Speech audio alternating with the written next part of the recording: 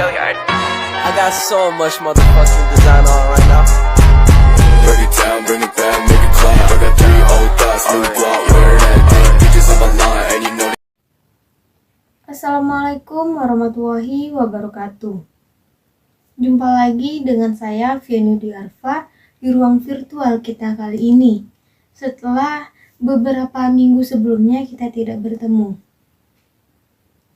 Nah, kali ini ada satu topik masih seputaran mengenai kepemimpinan pendidikan.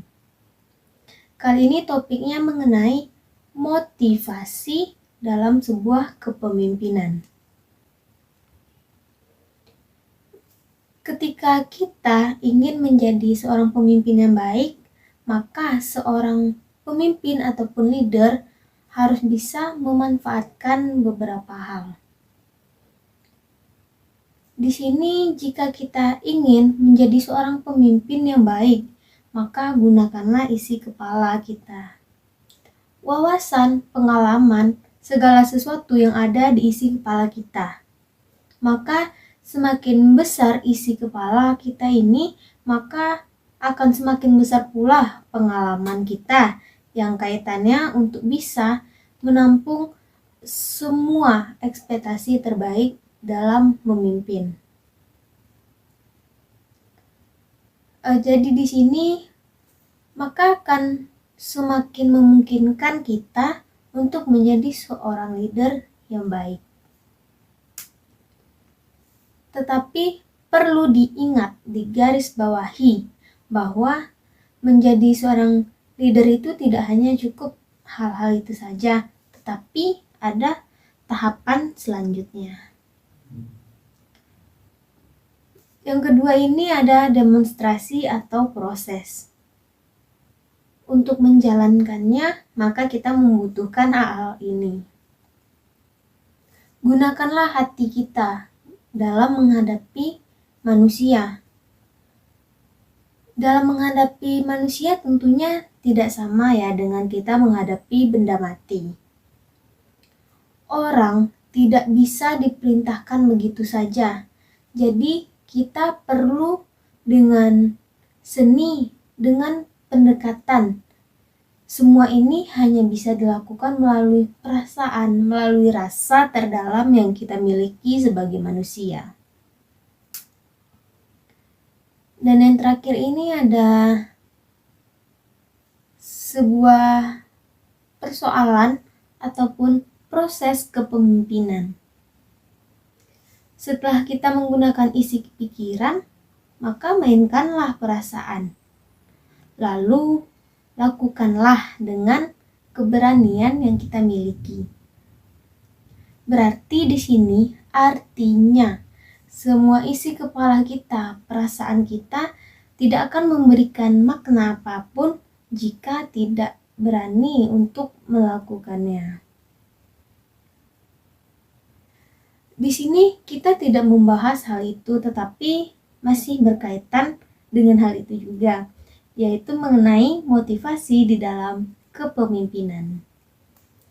Artinya di sini, proses memimpin, seberapa hebat pun kita perlu kemampuan ataupun motivasi meyakinkan, menarik sinergi orang lain agar mau terlibat, menunjukkan loyalitas terbaiknya.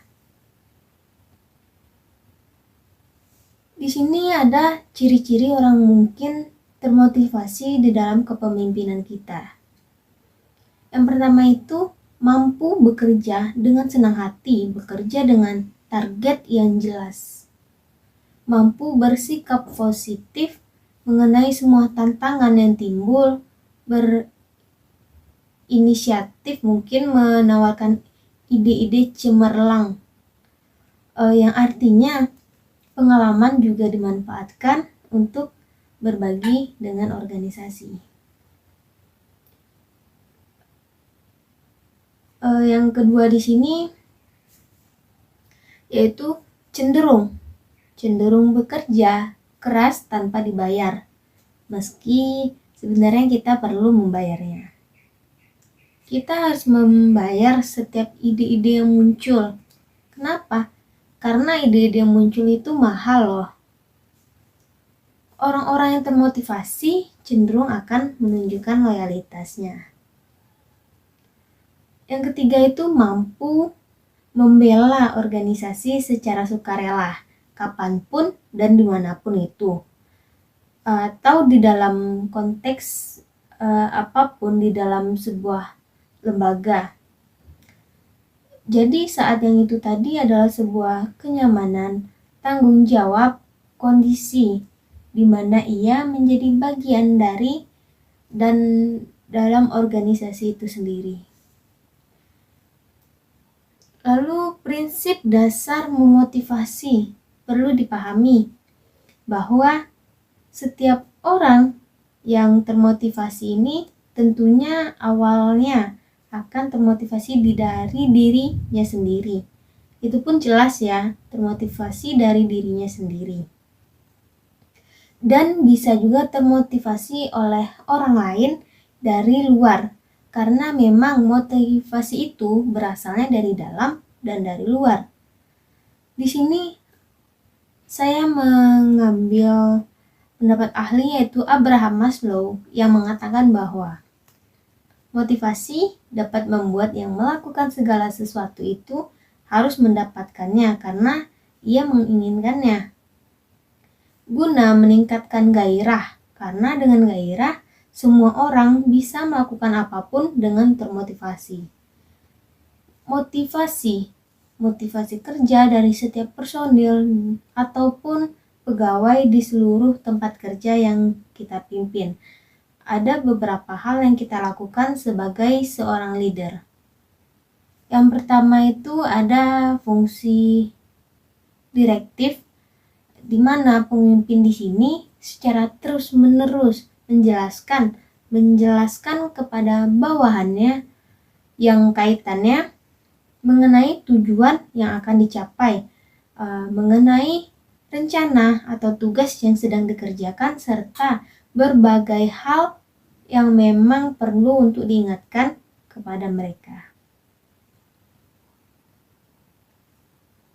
Fungsi ini kita bisa lakukan dengan menganalisa, mengidentifikasi berkembangnya yang akan terjadi di masa depan.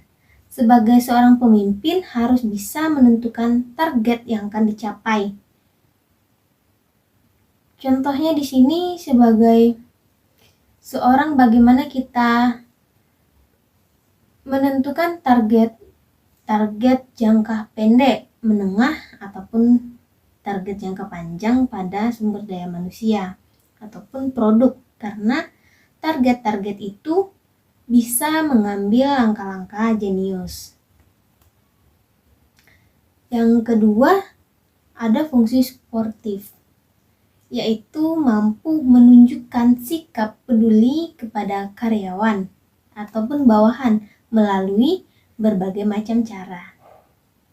Contohnya, pemimpin bersikap adil dan tidak membeda-bedakan.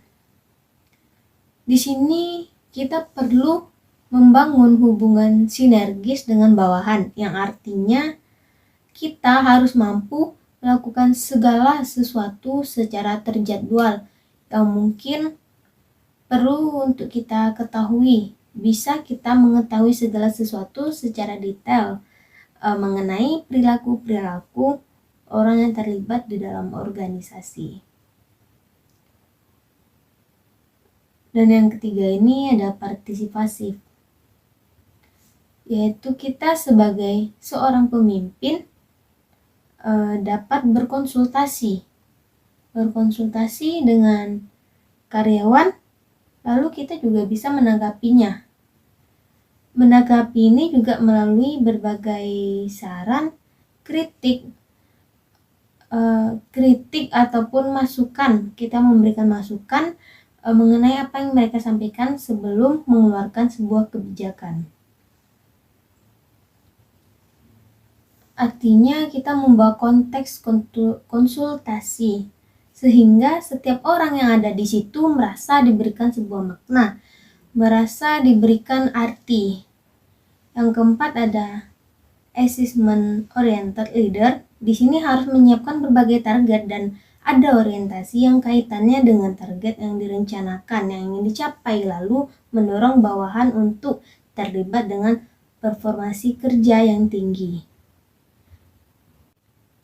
Yang kelima yaitu terkait dengan assessment oriented leader tadi. Ada suatu kondisi di mana kita harus memikirkan mengenai pengembangan SDM yang sangat jelas dan terukur dengan menerapkan sistem penilaian kerja, melakukan kaderisasi, dan mengembangkan karya personel sesuai dengan kebijakan yang telah dibuat tadi. Jadi di sini maka dengan semakin tingginya loyalitas atau realitas di sini, maka pengembangan SDM itu bisa diberikan sehingga mereka semua termotivasi untuk melakukan segala sesuatu untuk menjadi karyawan yang terbaik. Baiklah semuanya, semua pembahasan yang telah saya sebutkan tadi itu berkaitan mengenai motivasi di dalam sebuah kepemimpinan. Mungkin bagi kita yang masih belum memahami atau mungkin masih ragu untuk menjalankan kepemimpinan, maka kita bisa memahami topik kali ini, yaitu mengenai motivasi dalam kepemimpinan untuk bisa mendapatkan motivasi agar bisa memimpin dalam suatu organisasi. Di sini saya akui saya masih banyak kekurangan dan saya mohon maaf untuk apa yang saya sampaikan atau mungkin ada kesalahan kata ataupun salah penyampaian saya. Akhir kata saya akhiri. Wassalamualaikum warahmatullahi wabarakatuh.